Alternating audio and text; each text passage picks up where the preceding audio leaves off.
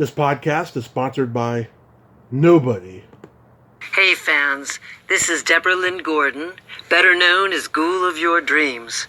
Now, I was a zombie in George Romero's Dawn of the Dead, but I was the lead female zombie in Day of the Dead. And you're listening to Tommy Throwback Kovac on Splat from the Past. Rigor mortis is beginning to set in. Hey dudes, welcome to Splat from the Past, the only 80s themed horror sci-fi show where things could get totally radical. Now today, I will be welcoming back my good friend Lori Cardille. It's been a long time coming. I had her on here in December of 2017, and now I'm going to have her back again as we record this on October 19th, 2021. We are going to pay tribute to her father, the late, great Chilly Billy Cardille, who was a horror host in Pittsburgh for over 20 years back in the day. And going to talk about his life and, his legacy and what have you. And maybe some more stuff about Day of the Dead. Lori will be at ChillerCon October 29th and 30th with a couple other people from Day of the Dead. And so, yeah, that's pretty much it. And I love Lori. She is just awesome. I think I reached out to her last year to try to get her on again, but I didn't hear back. But I'm glad we're going to finally do this again now, nearly 4 years later. So, here is my new interview with Lori Cardille.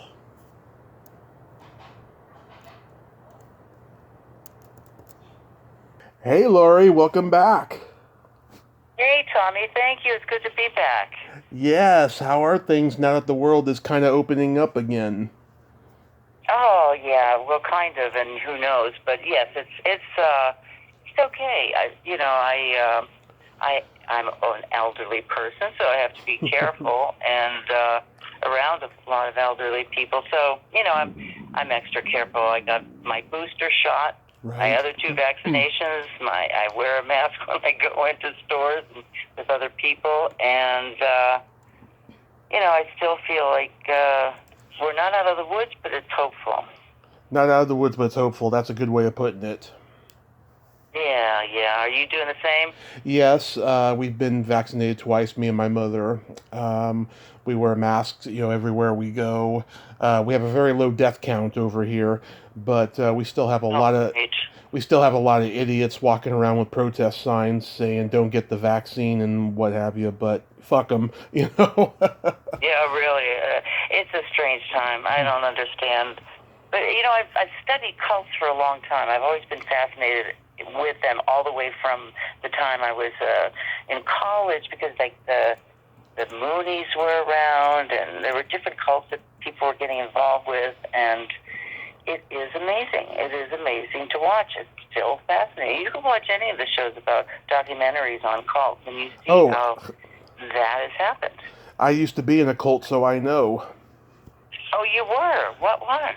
It was, okay, so this was incidental. So I used to be an alcoholic, so I hung out at a bar, and little did I know I was in a cult the whole time. I was hanging out with, there was this bartender. She pretty much ran the place because the owner went to high school with her dad, who used to be the town sheriff, and so she just had this attitude of, I'm a badass, and the rules don't apply to me because of my dad or what have you. And so I was, hanging out with her crew of people, of regulars, of alcoholics, and pretty soon, I didn't realize it at the time, but long after my car accident and everything, I realized I was in a cult. It got to a point where I couldn't associate with certain people, and I couldn't do certain things, and if I did, I was out of the circle, and I did get out of the circle because of that, because my mother and I, we lost our apartment. We were homeless for a while, and I was taken in by somebody who had been in the circle and then thrown out of the circle. And because of my association with that person, I had no community after that. Wow. Oh, my God. My goodness. Is your mother still alive? Oh, yes. Oh, yeah, because I mentioned before that we both got vaccinated. Oh, that's right. Oh, God, yes. Okay. Well, Yeah. I'm dealing with my mother now. She's, with her end-of-life issues, and it's pretty sad and hard. I haven't been back to my house except for just now.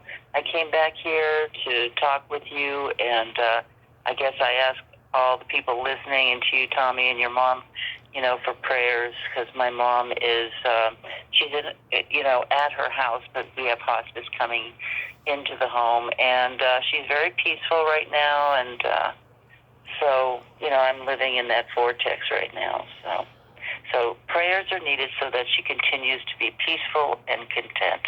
She's had a wonderful life. I certainly will pray for her, Lori. I promise you. Thank you. Thank you. So, going back in time, I was reading that your dad played college basketball. Did he want a career in the NBA before show business? No, but he was a really good basketball player. He did. He got a full scholarship to Indiana University. Mm-hmm. And yes, but what happened was, he was there for 2 years, and the business was beckoning him because he had a lot of talent, and that time it was radio. And Dad started in radio in college, and then he worked at a place called the Cowshed in Conneaut Lake, which is between Erie, Pennsylvania, and Pittsburgh. And he eventually moved over to one of the first stations in the country. It was called WIIC-TV. It was in Erie, Pennsylvania. And then when NBC signed on here, my dad got a job, and he was one of the first people to announce, be a booth announcer and sign up that on NBC in Pittsburgh. So he went to 2 years of college. He studied English. He was an English major. Mm-hmm. That's a long kind of, answer, but he was always a really good athlete. He was a dancer. Mm-hmm. My dad was something else, man. And he had a great, such incredible excitement and love for what he did. And he loved people, he loved to meet new people, and was really, he was very interested in what you had to say. Mm-hmm. And he treated everybody equally, and he was a great role model for, of course, our family, and for many people. He was a really good man. Being a people person myself, I can tell who's a people person and who's not, and your dad definitely was. When I see him hosting his show, I could just see that he loved people. He sure did. Yeah. And when he was going, he knew he was going to die. He asked me. He said, "Lori, is it really bad?" And I said, "Yeah, Dad, it's really bad." And he said, "Well, I've had a great life. I am so satisfied with the life I had." And he had a strong belief in the afterlife. And he said, "I look forward to seeing my mother and father." And he was so positive, even in that, even knowing that the end of his life was soon. Dad had metastasized cancer that went to the pancreas. So it was pretty quick, Yeah. But he went out like a gentleman, like he always was. And so, I don't know. It's what's happening is for my father. They have the University of Pittsburgh has a horror study. Mm-hmm. I always say that wrong way. It's hard to say horror. HORROR study, and the George Romero Foundation is called GARF. They got all of George's materials to archive in the Hillman Library. Mm-hmm. And so there was a big event to honor that night, and George's stuff coming into the university, and there was a Pioneer Award that was given out, and my father received the first one. So now I was contacted by the Hillman people that run the Hillman Library, which is Pitt, and they wanted to archive my father's full career. So I've been working on the past 6 months getting my father's stuff together and giving it to them, and it is such an honor I know my dad would just love it that his career would be studied, and rather than a statue in Pittsburgh or a street named after him, this couldn't be a bigger honor for him and his legacy and for our family. That is wonderful. Oh, I love hearing that. Oh, yeah. Well, yeah, so the people who want to study in the English department, they have a terrific, they have a terrific program, and people that are interested in horror and what it, how it affects society and what it means and the interpretation. Even, you see like Edgar Allan Poe. I mean, you study that in English, class or literature class, and now they're incorporating all of this, and it's about time because, horror was not looked at least in the industry, as the most whatever, not as not like in a regular movie. It really had a bad rap, but there are always the fans, and the fans are what has made it and have, interpreted it, and people that have been influenced by the early movies and how they made their own movies and who was an influence on them. It's pretty remarkable and pretty wonderful. Which brings me to my next question. I'm sure growing up in the 30s and 40s, your dad loved those cheesy horror and sci-fi movies that he showed. Oh, he did, yeah. Well, he really loved the old monster movies, the Boris Karloff, Vincent Price. Lon Chaney Jr. Nosferatu, those early, yes. And my dad, it's funny because it's not funny, but he lost his kidney when he was 19 years old. He almost died. And I often think, they took the kidney out, but I often think back on, if that's when he started really being interested in the movies, and I don't think he ever thought he would be doing a Chiller theater, but I know he always loved film.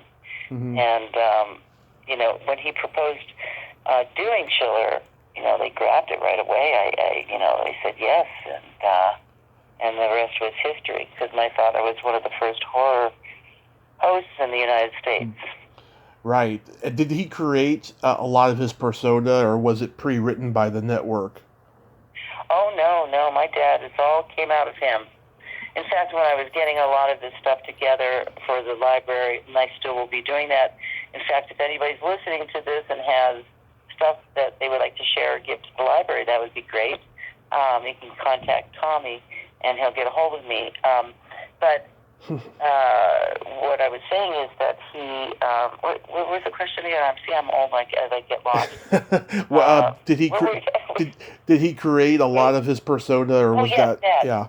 Right, and that's what I meant to say, is that I found scripts of the old Chillers that he wrote. He wrote everything. He created everything.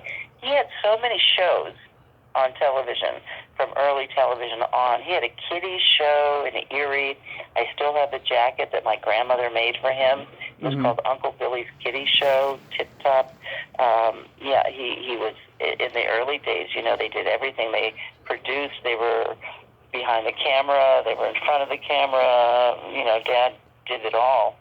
And then eventually, of course, became the talent, and especially in Pittsburgh.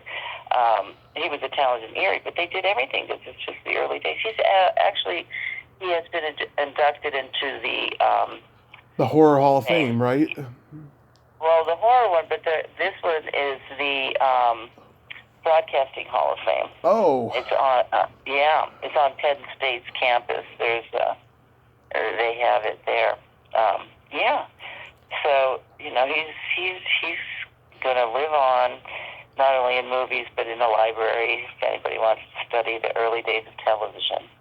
He sure is. I mean, especially with, his little cameo in Night of the Living Dead, which I wanted to ask you, did George work at the TV station, or did he just seek your dad out? No, you know what? He went to Carnegie Mellon, right? And at that time it was called Carnegie Tech. And actually, he was an art major there. Uh-huh. So when he got out, he started making, he was working with Russ Striner, and they were doing these little sports documentaries and commercials.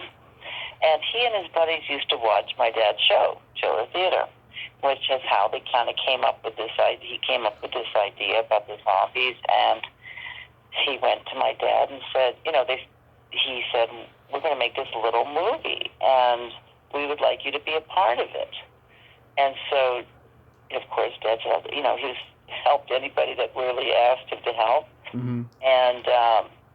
And George, to the day until the day he died, credited my father with putting his career on the map, because Dad used to plug Night of the Living Dead all the time. Oh. And it started, you got to watch this movie, and it just blossomed out. And of course, it was so horrifying and unbelievably shocking. I mean, when you really think back, man eating man like that, showing it was rough. Yeah. The way the bodies came out of the caskets, in their, like, the things they were buried in. I mean, we take it for granted now, zombies. But, oh my God, it was never, he never called them zombies, though. It was just the walking, that the dead people came back. Right. And, but that, when you think back on that, it being the first time you saw that, you can see why it really went deep into the hearts and minds of everybody. I know. It's a special movie, and I'm so glad that it still lives on, in everyone's hearts and minds, because there's nothing like Night of the Living Dead. Right. So depressing. I remember I may have told you this, but when I was about 14 when it came out, mm-hmm. and my dad went to the opening and he brought me, and oh my God, I was so freaking scared that I just I stood in the lobby most of the movie. I was so freaked out by it. Oh, it was so frightening to me, and I hated scary movies. Oh yeah. And I was proud of Dad, and but oh my God, I was jumping out of my skin. I never understood why people wanted to be scared, because I was always scared anyway.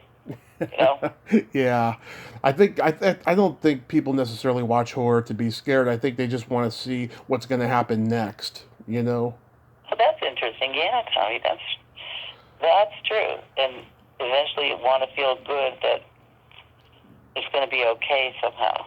And that's the other thing about Night of the Living Dead. Oh my God, that ending. Yeah. Dwayne Jones comes out and he thinks he's being saved, and oh my God, that's really, it's incredible. It's an incredible film. Yeah, did you know Dwayne Jones? No, I didn't. I must have met him. Well, I say I didn't. I'm sure I met him, but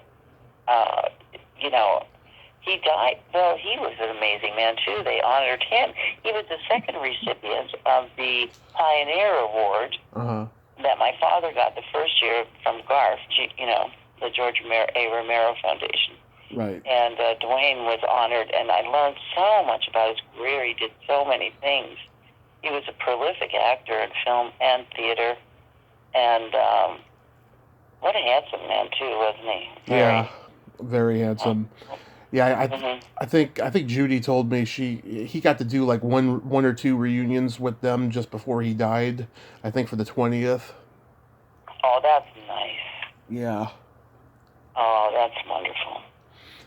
But last time we talked, I mentioned to you, that it's always been my belief that your dad pioneered the regular guy persona in horror hosting, whereas Vampira and Sinister Seymour were all characters that were derived from horror monsters and stuff.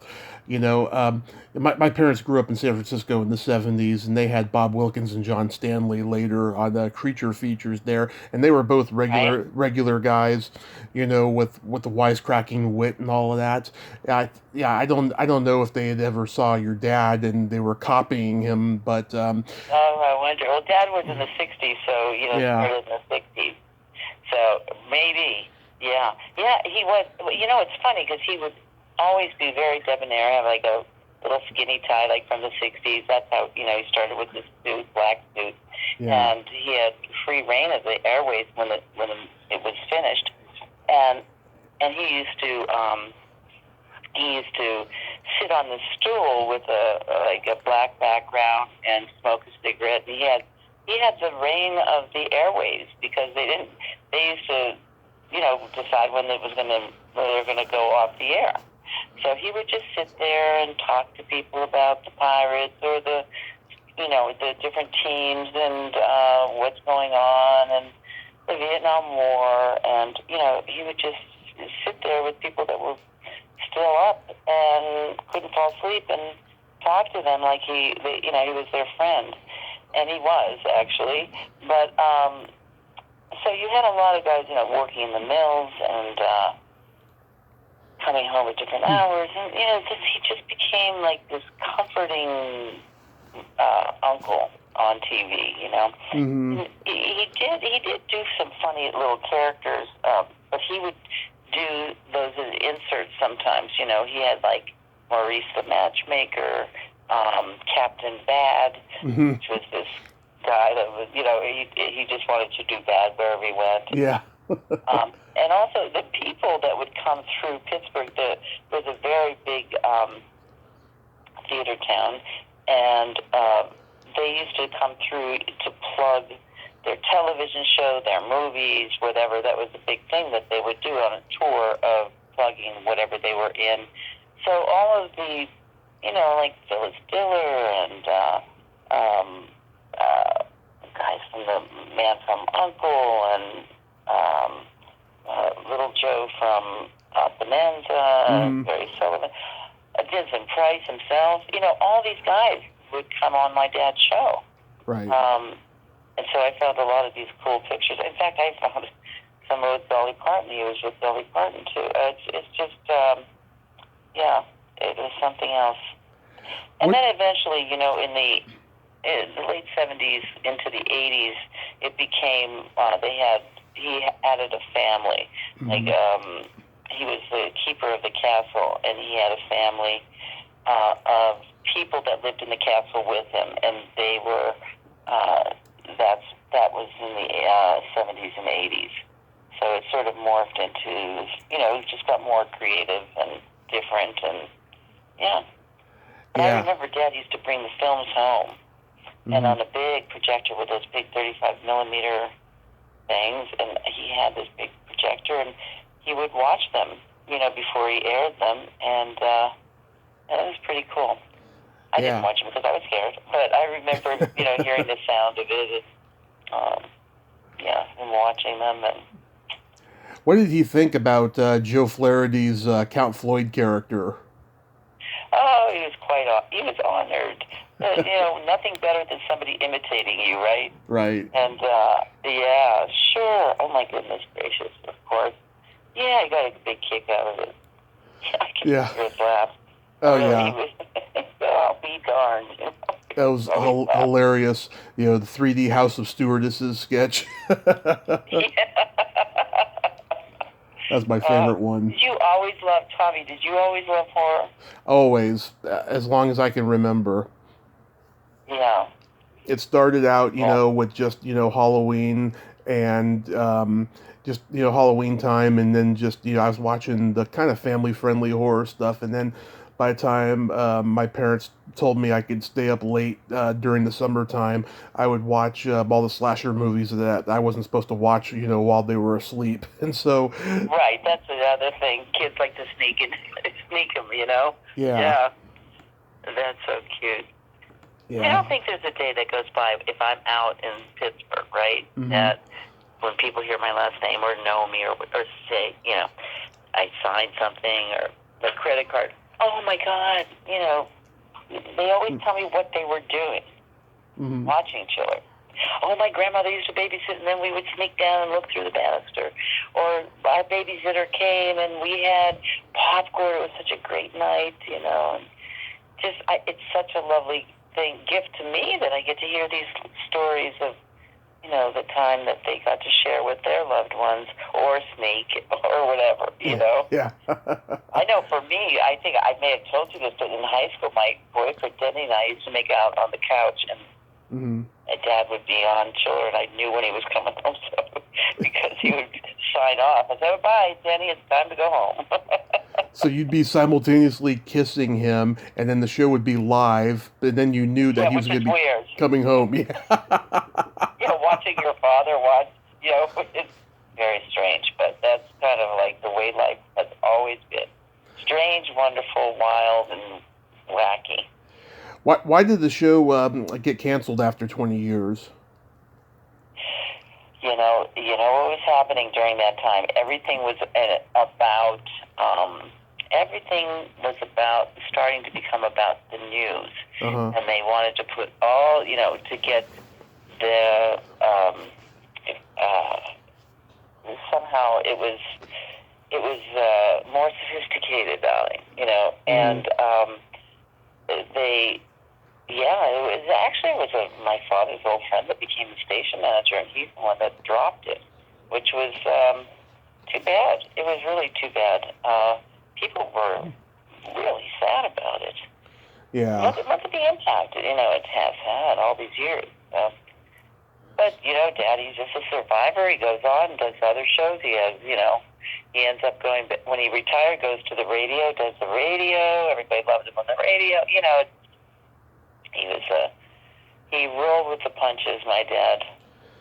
Yeah, 'cause yesterday I talked to Karen Scioli, who was Stella on Saturday Night Dead in Philly on the NBC affiliate over there.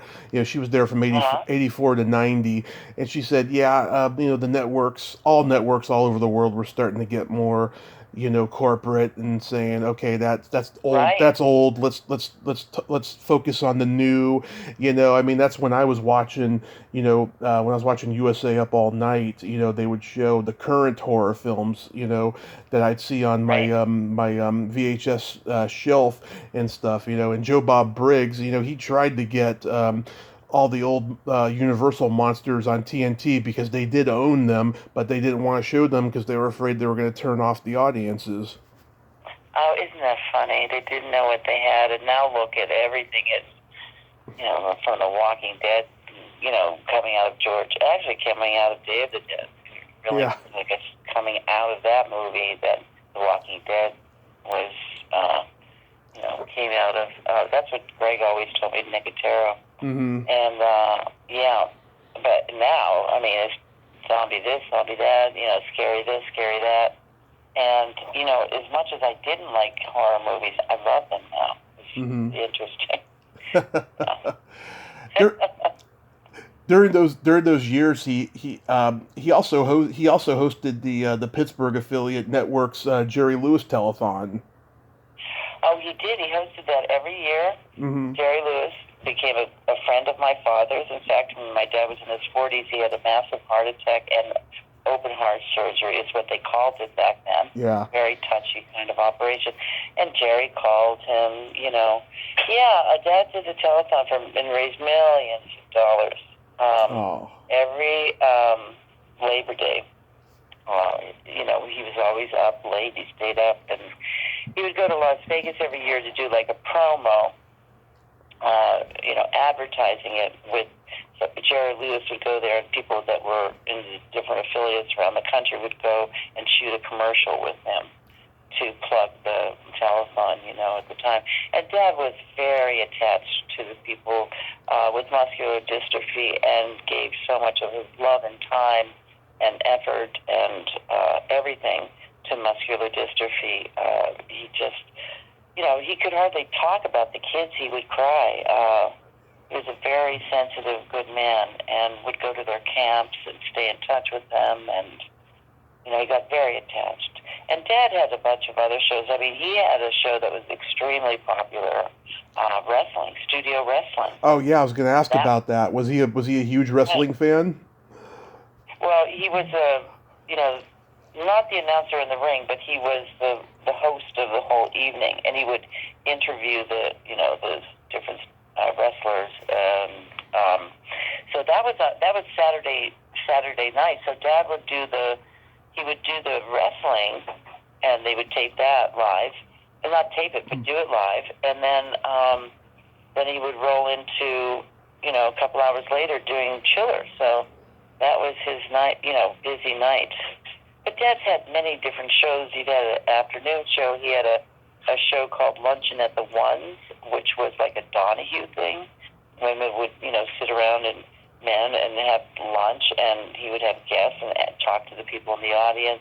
He had a 5 o'clock hop kind of show where Bobby Vinton, who was from outside of Pittsburgh, these young famous singers that became very famous, were on his show, and it was like a dancing, like a Dick Clark thing. Oh yeah, like American Bandstand. Right, like American Bandstand, right. And then he had, he just was like a local hero that did all these things. So I guess like in the 80s, after when Chiller was taken off the air, that kind of, like you said, the corporation sort of took over. And, right. yeah, my daughter wrote a beautiful script called Chiller Theater. She's a writer, she's an artist and an actress, and she's actually, you can see her on that commercial for, the State Farm. Jake from State Farm. Yeah, I've seen her in a couple of things. She's Maya, the one that puts the meat on the. She keeps giving him all this meat. She has these funny little glasses. They play it all the time. But that's Katie, my daughter, Katie Rogow. Yeah, I've seen her in a couple of things. Yeah, she's a doll. And we had her on the set the night that the last Chiller was played. I had Katie's little baby on the set. Mm-hmm. We used to go up and watch them tape Chiller. Not tape it. I keep saying tape it, but they used to go. We watch Chiller. My friend and I, from high school, we used to go up there and let's go on Chiller, and Dad would kind of put us on, or if he could, and we used to go watch wrestling. They had a rink in the studio, and there was you could sit in a glass room and watch it.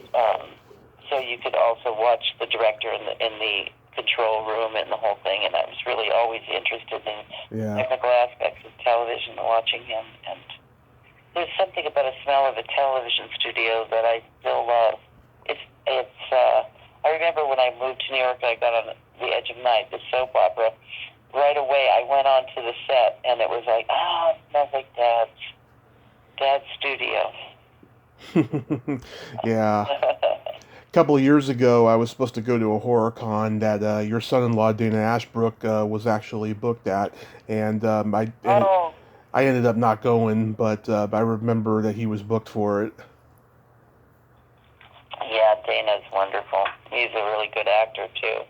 Excellent actor. He's a very good actor. And my son, this is another funny kind of story. My son worked at HBO Sports as a producer, and he eventually didn't want to stay in the corporate world, but he actually did the documentary on Andre the Giant. Oh, yeah. Yeah, Andre the Giant, yeah. Mm-hmm. And then he decided to move out on his own and start his own company, and he and Jason Hare did The Last Dance, the Michael Jordan documentary. My son was one of the main producers on that. Nice. And, it was 10 hours of television. He also directed Stone Cold Steve Austin on A&E. Uh-huh. There was, they did these documentaries. He produced some of them, but he directed that one. So it was great that he was doing the wrestlers. I grew up with Bruno Sammartino. He was my dad's best friend, and all the old wrestlers from then. They had names like Crusher Lazowski and Haystacks Calhoun and Andre the Giant. Yeah, Dad knew Andre, and they were like my uncles. My dad used to tell me about Haystack Calhoun when I was a kid. Did he really? Oh my God, that's wild. That's wild. Yeah, there was. Yeah. Yeah, he told me about all the wrestlers, from his childhood. Like, I think there was a guy named Pepperoni Gomez or something like that. Oh, I don't know that one. That's funny. Pepperoni Gomez. Oh my God. And then what about when the little people would wrestle, and one was Sky Low, and oh my God, Sky Low. They were very rare, but they once in a while came on, and yeah, so it's a wild. That was such a. I think back on my childhood, and it was just wonderful. Yeah. That way. Have you ever thought about writing a book about your dad? I have thought about writing a book about him. Actually, there's a wonderful journalist named Mike Hash, and he was very close to my dad, and he put some stuff together, and I think he's revisiting it and going to put it together and write it again. I hope he does, but I thought about writing my own version of being Chili Billy's daughter, you know? Yeah. And what that was like about Dad, and you know, just strangely how I ended up being in a horror movie. I mean, I also went to Carnegie Mellon, which is a big theater school, and studied theater, and I never, ever thought I would be in a horror movie. I mean, I was doing, you know, Shakespeare and Moliere and, you know, trained to be a classical actor, and then I go to New York and I get on a couple soap operas. I start doing nighttime movies, and I got to do Broadway and plays, and George saw me in a play in New York. He was in the audience, and yeah, he offered me the part of Sarah in Day of the Dead. I just never thought I would end up, you know, doing that. It's yeah. It was such a great part, you know. Are you just amazed that movie's had such an amazing impact on many people who love horror? Yes, I am. I'm so happy about it, especially a lot of young women too, you know, that have grown up, and even young women now are still influenced, you know, or thoughtful about the character, because George did make a very strong female character in the genre. And there was Sigourney Weaver, and we were like the poor people of, you know, the strong female. We were the lower budget. Yeah. But Sarah, the character of Sarah can stand right up to Ridley. Yeah. You know, it's very written beautifully by George, that character. Right. Yeah. And it's getting its due now. Yeah, that's the thing. It is. Over the years, it's gotten its due, and I'm honored to go to the different conventions and go to Europe and England, and I've gone to Germany, and, you know, I could do a con every weekend probably if I wanted to, but I only do about 2 a year now. You know, but I do enjoy meeting the fans, and my father. I think of my father all the time. We got to do a couple of the shows together now. It's really lovely. Really lovely. Oh. Yeah, last time we talked, you know, I mentioned how, you know, Day of the Dead was my least favorite of the trilogy, in which you said, okay, bye now. But I actually like it. Yeah, I actually like it a lot more now than I used to. And I think it's a combination of because I've interviewed a lot of the zombies from it now. And also, too, you know, I've always loved Tom Savini's makeup in it. I think that's some of his best makeup he's ever put onto film. Absolutely. You know? Absolutely. Oh, the practical makeup in that was phenomenal. Yeah. It was great. And that's where Greg Nicotero, you know, he was apprenticing with Tom. And that song that Spudsy Sparacino sings at the end still touches my heart to this day, because I remember during that time my grandmother had passed, and I was watching these movies, and it just made everything feel all right, you know. And I talked to him a couple of years ago, and I told him that, and he was very touched by it. Oh, that's wonderful. That's wonderful. Yeah. So back in How is your show? Are you enjoying your show, doing your podcast? Oh, all the time. I mean, of course, like everything, you have days where you don't want to do it anymore. But when I do talk to amazing people such as yourself, I just want to keep going and keep doing it. Yeah, I've gotten to talk to icons the last couple of years. You really interview well, too, though. I like your question. You always ask really good questions. That's so nice, because last night I listened to the one we did back in 2017. I cannot believe how nervous I was and how out of breath I was during that time. I like to think I'm a lot more relaxed, and I think, you know, the secret to me being relaxed is coffee. I started drinking coffee, and it's really relaxed me. All right. the opposite. Like some drugs are the opposite with people, right? Yeah. That's funny. Well, serious illegal narcotic drugs you want to stay away from. Oh, exactly. Don't worry about that. But yeah, I'm enjoying it, and it's just been nothing but a blessing to me. Oh, that's so good, Tommy. I'm glad for you. Thank And you. your mom's well? She's had a lot of traumatic things happen to her the last couple of years, getting injured a couple of times, and Aw. coping with alcoholism. But she's doing very well, like a champ, and getting through it. She could be doing better, but she could also be doing a whole lot worse, and we're just standing by her. Oh, good for you. Good for you. Nothing like family, Tommy. And for everybody listening, I mean, that's Yeah. why I left the business, to raise my children, because, you know, I remember being on a set somewhere and having other people raise my daughter, and I just was so conflicted. And in those days, it felt like I had to do all or nothing. It was, they didn't look kindly on you being a mother, No. having children, no. And I just said, that's enough already. I've done a lot. You know, I was able to work all through my 20s in New York, and into my 30s, got to touch every major kind of thing, and it was hard because I know I had a lot of good work left in me. However, it was one of those choices that I made, and I'm so glad that I did, because I have these great children, and I have a great husband and good family life, really, really. And it, you know, starts from the top, mom and dad, you know, my brothers and sisters. My brother and sister were very close, and that's where it's at.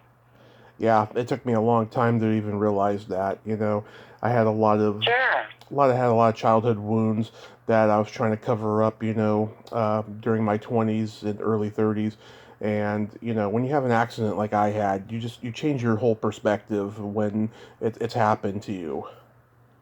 Right. Oh, this is so true. And the PTSD from that, because I had a very difficult early childhood too. I know. A lot of trauma, and I know what that's like. Oh boy, not easy. Not easy. It affects your whole life for many years. Right. I want to bring up back in December. You know, we lost Gary Klahr. Oh, he's one of my best friends. Yeah. Yeah. What was he like to work with on that movie? Because he was such a badass in it. Oh, he was. He was so much fun. He was funny. He would take center stage because he had a big personality, and he was a big guy. He played for the Saints, I think, until he broke his Achilles heel. Right. He severed it. Yeah. Oh my God. He was wonderful. He was my very close friend till the end. I can't believe he died. He was just such a life force. You know, and he was creative. He's done a lot of movies. He did a lot of work. Once in a while, I'll catch him on a movie late at night, you know? Oh, yeah. And I say, oh, Gary. Oh, yeah, he's one of the dock workers at the end of Trading Places with the two gorillas. Oh, is he? I don't know if I saw that one, but I did see him the other week.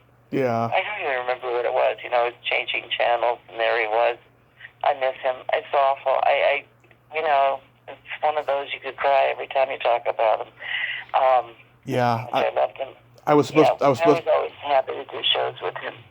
Yeah, I was supposed to interview him, I believe, in spring of last year, and then his vocal cords completely shut down. And oh God! I reached out to Carolyn in January. I decided to give it a couple of weeks, you know, after he passed. And I said, hey, Carolyn, you want to come on the podcast and do a tribute to him? And she's like, I think the kids would be better suited to that. So she told me to reach out to Ben, Rachel, and Matt.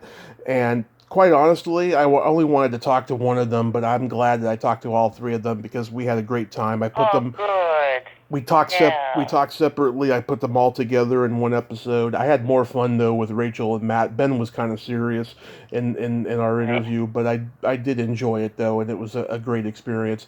And they both liked when I announced that I was going to be talking to you again today. Aw, that's nice. I love them, and I love Carolyn, and I just, like I said, I choking up just talking about it. You know, it's life is hard. It's not easy, and as far as when you get older, you lose you start losing people, and you know, and I was a volunteer at a hospice for 15 years on the unit, so I've you know, been with a lot of people that died and helped them and held their hand and did whatever you know, was told to do and what I learned to do. Right. But you just never get used to it. You just don't get used to it. You know, because I'm dealing with that now with my mom, and it's just it's so hard. It's so hard. But you know, it's life. It's just the way it is. So we can, you know, enjoy horror movies to take our mind off the realities of, like you said, you know, of the tragedies in our lives, and sublimate it through those movies. And you know, thank God for those. Really, it helps. Yeah. It helps us. I mean, my mom, she's only 67, but I feel like Oh my God! I feel like I'm back. That's my age. Yeah, I feel like I'm back where I was before 20 years ago with my grandmother, because my grandmother, she died at 81. I took care of her for 9 months after I graduated high school, and then she passed, and we both saw her die, and I just hope that's not gonna happen again with her someday. You know, Oh yeah. I just Well, you're dread a good that. son. What a good grandson too. You're a good person, Tommy. Oh, thank you. I Good try. person. I've always been loyal to family. That's one of my biggest strengths and weaknesses, that I'm loyal to family. I get it. I get it. Well, guess what? We're gonna. My husband and I are gonna be grandparents in a week or so. Oh, is this your My first son, your first one? Yeah, first one. I'm like an old grandma, but that's okay. My son and his wife Alicia, she's they're having a baby. They know it's a boy. It's going to be, his name is Noah. And, you know, yeah, I think that's what my mother's staying alive for now, just to know he was born and see him on Skype or, you know, Zoom or FaceTime. Because every time I mention Noah, she smiles, you know. So, you know, one life is going out and one life is coming in my family, and that's the way life is. Yeah, two of my closest friends going back to high school just had babies this summer, and I'm happy, but I'm devastated because of all the good times we've had, you know, because, right, you know, I don't have kids myself, right? My mom wants me to find somebody and have kids, you know, she really wants that. Right. It'll happen, you know, just, you know, with the pandemic and everything, I want everything to calm down, but oh yeah, it just saddens me though that, you know, I'm not going to be, you know, part of, like, you know, the play date circle because they have kids now, so I'm not going to be able to see them. You know, I'll see them maybe at high school reunions or something, but that's about it. Oh no, they'll want to hang with you. Trust me. When they have a night out, you take them out for drinks or whatever you do. Or when they see me when I go down to the Bay Area, that's true too. Oh, that's where they are. Yeah. Yeah. Which is a beautiful place. Oh gosh, San Francisco. I missed the way it One used of to my be. favorites. I missed the way it used to be though. When I was growing up, it was just an amazing place. Oh, it was. Oh, those years. You're absolutely right. I used to go there. Very cool. Yeah, it's a little more homogenized now, but it's still beautiful. So tell me, have you been to ChillerCon before? I was there one time a long time ago. Yeah. And I look forward to doing it. Unfortunately, you know, things are a little up in the air because of Mom, and but I plan on being there, and unless, you know, something happens on that day or before. But yeah, I look forward to it. It was a nice con when I went there. It's a big one. It's a very big one, and I love seeing Terry and Jarlath, my friends. You know. So that's a good thing. And we have this new project we've worked on. And I can't talk too much about it, but we made a sizzle reel, and some people are interested in buying it, it looks like. So nice. Yeah, so I may be an old grandma out there acting again.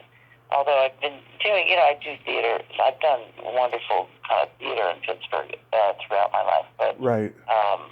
Yeah, and but I'm very much a character actor now, and I have white long hair, and I'm a lot chunkier than I was with Sarah.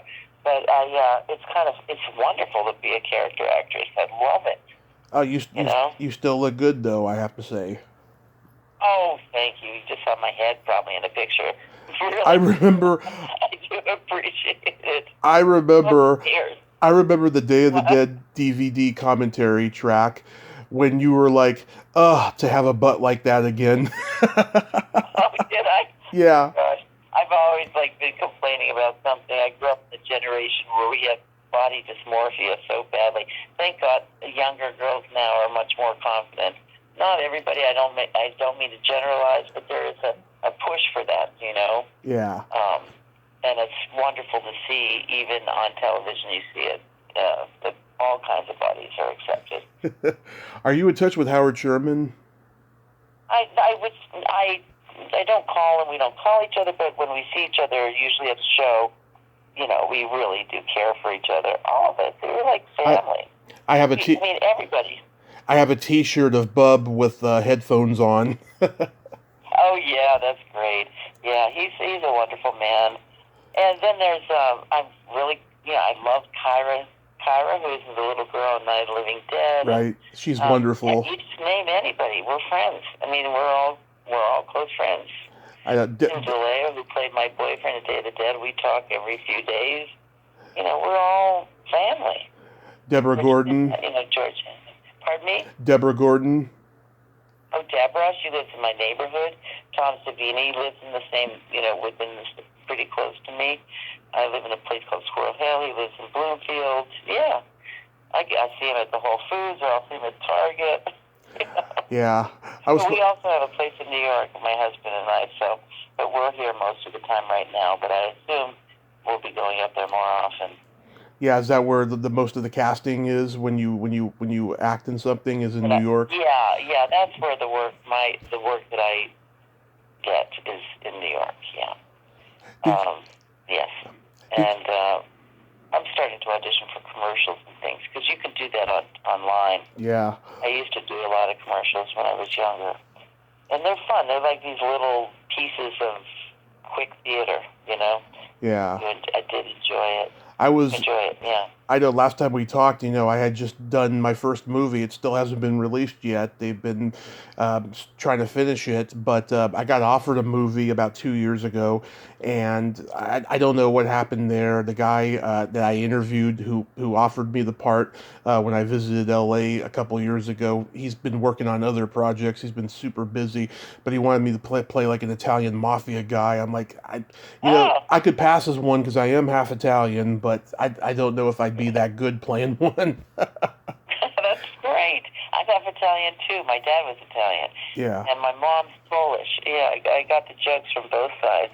Oh, people think I'm Polish because Kovac sounds kind of Polish, but I'm actually Croatian. Oh, well, similar, Yeah.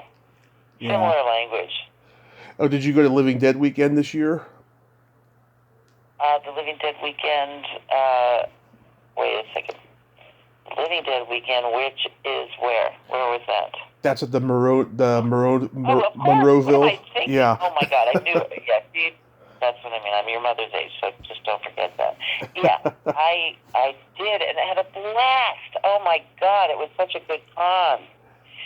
Wow, was that fun? We had a Day of the Dead reunion and a George Romero kind of reunion, so it was fabulous.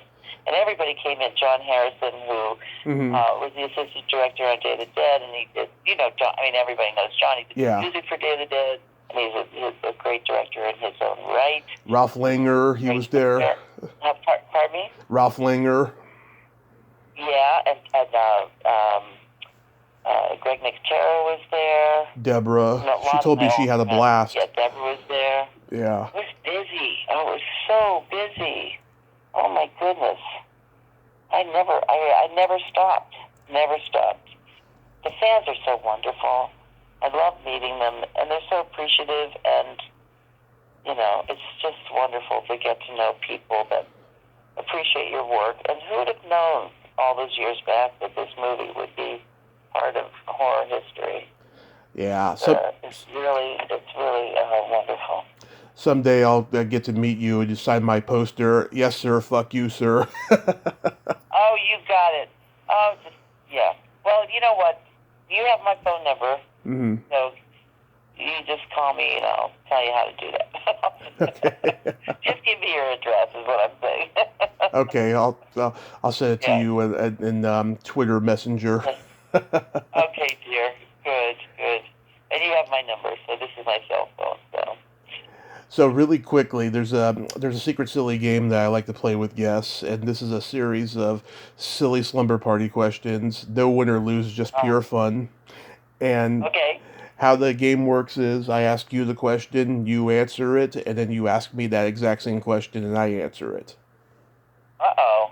Okay, go ahead. And you can comment on the answers. Okay. Lori, are you ticklish?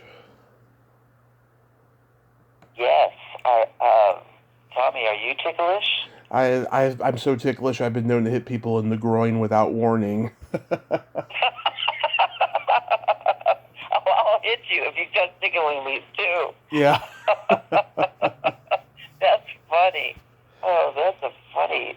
You said I could swear, right? Yes. On the show? Yes, swear all you I want. haven't sworn yet. No, but I haven't. I didn't.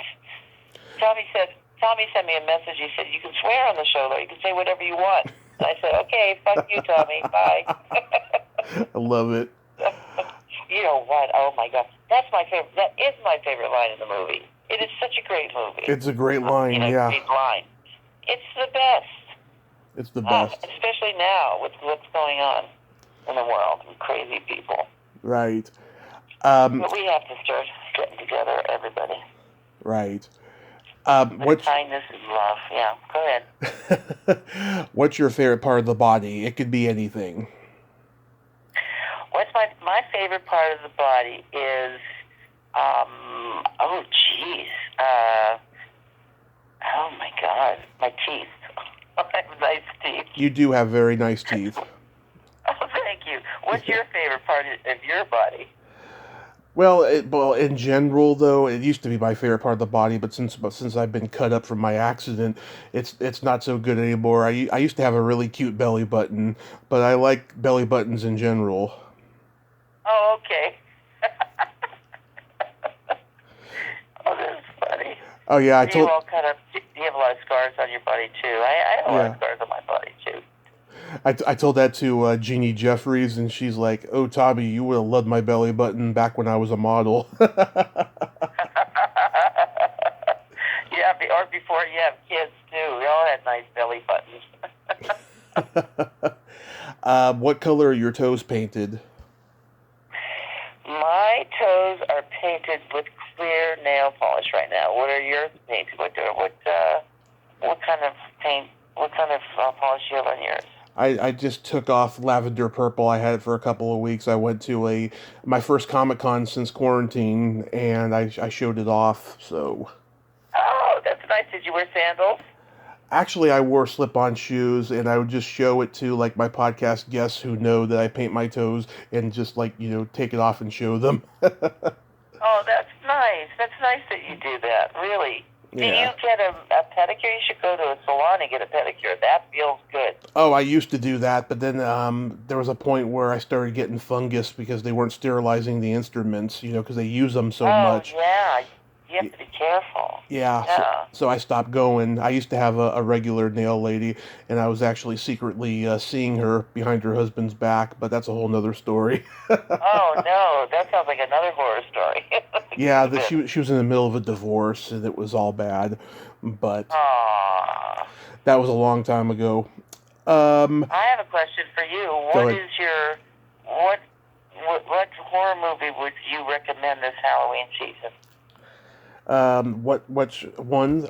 As far as classics go, or series, something new. Yeah. There's nothing new because I don't like a lot of the things I see nowadays. But right. As far as classic, I mean, it all depends on your taste. I mean, if you're into slasher, I recommend the original Friday the 13th. Okay. Zombie, of course, it's either George's movies or Sam Raimi's Evil Dead movies. Right. Werewolf. I love American Werewolf in London. Oh, me too. Vampires. There's this vampire movie from the 80s called Vamp. I'm trying to get a guest from it to celebrate the 35th anniversary, but it's really tough.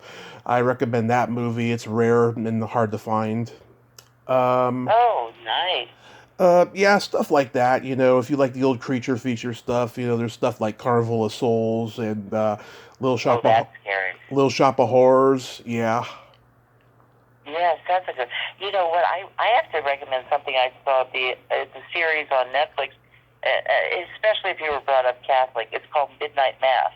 It was a really kind of it was slow at some parts, but it was pretty riveting. Really great performances. Is this an old or a new one? It's a new one. It's a new series.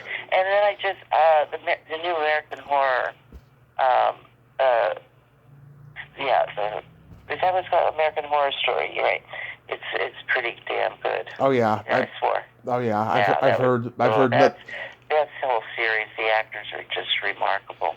I've heard nothing about. I would have loved to have been a part of some kind of ensemble like that, where you get to play different kinds of parts. And I'm surprised they didn't ask you to be in the Creepshow reboot. Oh yes, I've seen some of those. It's pretty good too. I think Greg did a good job. Yeah, I'm surprised he didn't ask you to be in it yet. No, I don't know why. Nobody wants me. Come on. I don't know, Greg, But I think, honestly, sometimes I think it has to do with the fact that Sarah is such an iconic character. It's kind of weird, probably. I did a Tales from the Dark Side. Oh, yeah, I remember that one. Florence Bravo, yeah. And that was fun. But like I said, I gave it up. So now, my agent said when I left the business, he said, "Oh, Lori, it's going to be so hard if you ever want to come back. You can never come back at the level you're at now." Yeah. And, and maybe he's right about that in some ways. But, hey, they put a clip on Stranger Things from Day of the Dead. That was nice. Mm-hmm. That was so... Indirectly, I was in that movie, and I'm actually doing a couple projects now, which I love, a really good part. So, but I think, and then there's a new Day of the Dead that's out on Sci-Fi channel. Oh yeah, it's called Day of the Dead. Yeah, I haven't seen that yet. I haven't seen it yet either. Sometimes I don't like to see, sequels of Day of the Dead, or I don't want to have to comment on it. I don't want to say bad things if I think it's bad, or if it's good things, I would say them, but I just don't want to hurt anybody, and I don't want to, I just think, each his own, go for it. Go for it. Let's all be creative together. And then my favorite question of the game, is there a stinky smell that just makes you gag? Oh, my God. My family, my mom's side of the family is so bad about smells. We have the most acute sense of smell. Yeah. Yeah, let me think. Oh, everything. Jeez. Oh, God. Jeez, I'm thinking of all these things. There's so many things. What is the worst? Oh, you know what's the worst smell ever? And we filmed ourselves doing this. Wow. It's called surströmming. It is a fish that's canned. It's from the Netherlands or somewhere. And you have to look it up. Tommy, you have to look it up online. It's called the surströmming Challenge. Honestly, it is the funniest stuff you've ever seen. People trying to eat it. But as soon as you open up the can, it smells the whole house up. And so we decided to buy some of it and do it as a family. And oh my God, really, my house, I didn't know what to do. The whole house, though, it is so bad that you can't even imagine. Go look it up. The surströmming Challenge. It's this weird fish. Oh my God, it was awful. It's the worst smell I have ever smelled in my life. And what is your worst smell, Tommy? It's either farts or feet. Well, I have a funny story. Okay. A fart. Go ahead.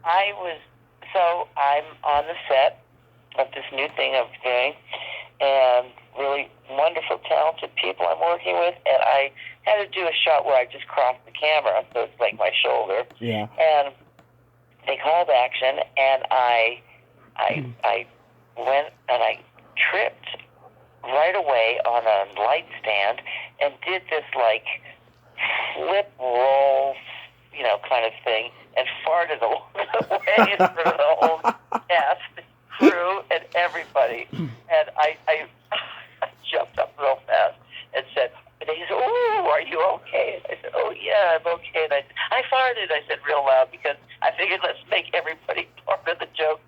I said to the sound guy, I said, "Was it loud in your ear?" He said, "Yes." It was so funny. Oh, my God.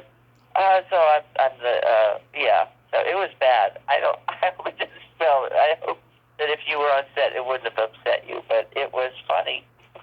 Yeah, we have to laugh at ourselves. Yeah. I heard a similar story. An actress slash stunt woman I interviewed told me that she was on set one time. The director was kind of a type A personality, and he didn't want anyone laughing during this take. Right? Well, some guy blew a take. Some guy blew a take by farting really loud, and she was the only one who had enough tenacity to laugh. And she just could not stop. And then he asked her to leave the set. And she was laughing for about a half an hour after that.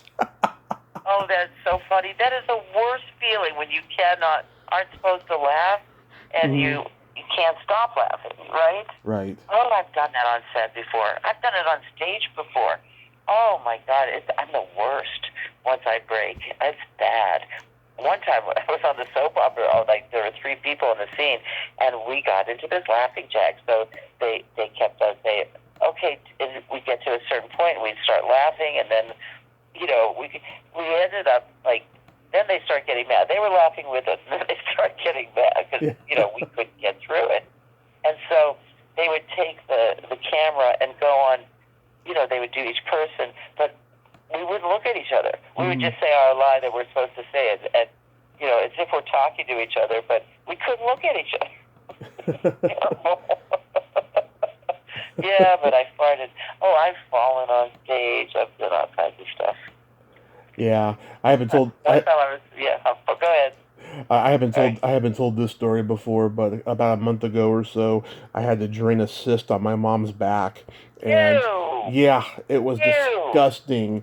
But even more so, the smell. It smelled like toe jam. Oh my God, this is a disgusting conversation. Do you ever watch that show, My Pimple Popper, or whatever, the Pimple Popper one? Yes, I just discovered it this summer. My mom and my brother were watching it, and I was like, this is fascinating. I never knew anything about lipoma. I mean, that's just like the best kept secret. That's like the best kept secret of cancer. Oh, it's not. No, lipomas are not usually cancers. They're just fat deposits. Well, yeah. Well, they call it a benign tumor. Right. That's true. My daughter had one on her back. They had to take off. Maybe my whole ass is a big lipoma. Maybe that's what's wrong with it. And my thighs too. I think I have a big lipoma thigh. Really? It is. You should go check it out. You should go on that show. Yeah. Maybe you should. And then maybe she's a horror fan. Maybe she'll recognize you. I don't think so. No, I don't think so. People don't recognize me. I mean, even when I look like Sarah, with my dark hair and all, no, I don't usually get I used to get recognized for the soap opera, because millions of people see that, Oh, yeah. And, but not for day to day. Of course, when I'm at a con, of course, people know who I am. It's not like I look that much different. It's just that a lot of people don't watch horror movies. A lot of people don't know Day of the Dead, but a lot of people do. And those are the people that I am grateful for, really. That's really. wonderful. Thank you. Well, I got a joke for you. Okay. You know the difference between a golf ball and a G-spot? What? A man rather spend 20 minutes looking for a golf ball. Oh, God. Oh, Tommy, you're getting dirty. time to hang up. It's that time of night. Yeah, it is that time of night. But I need to go to bed soon. I have to get up and go to Mom's early, so. Yes, Lori, I'm so glad. Wonderful. Yeah, talking to you. Anytime you want, I'll come on your show. God bless you and your mom. And God bless all the fans out there that like Day of the Dead, loved my dad, and pray for my mom, and, life is good. I will pray for your mom, and also to have a happy holiday season and continue being safe, and also have a blast at ChillerCon. Oh, thank you. And be safe, everybody, and get fucking vaccinated. That's where I'll swear. What is the big deal? I can't. I've already had 3 of them. It's still fine. Nothing happened to me. And it's important that we care for each other, and in doing that, we need to get vaccinated and get out of the fucking cult already. Yeah. Get out of it, and put your guns away. We love each other. Come on, guys. This is America, for Christ's sake. Okay, that's it. That's my soapbox. All right, Lori. Have a good night, and I'll talk to you soon. Okay. I'll be in touch, and we'll talk, and you have my number and all that. Send me your address, okay? I will. All right, so bye-bye, sweetie. Bye-bye. Well, there you have it. Lori Cardille. Ain't she a sweetheart? Oh, I just love her. She is just the most wonderful lady there is. And I'm glad we got to get silly towards the end there, because things were getting too serious talking about family and death. Well, until next time, this is Tommy Throwback Kovac saying there's no shame in living in the past, because the present sucks. Later, dude.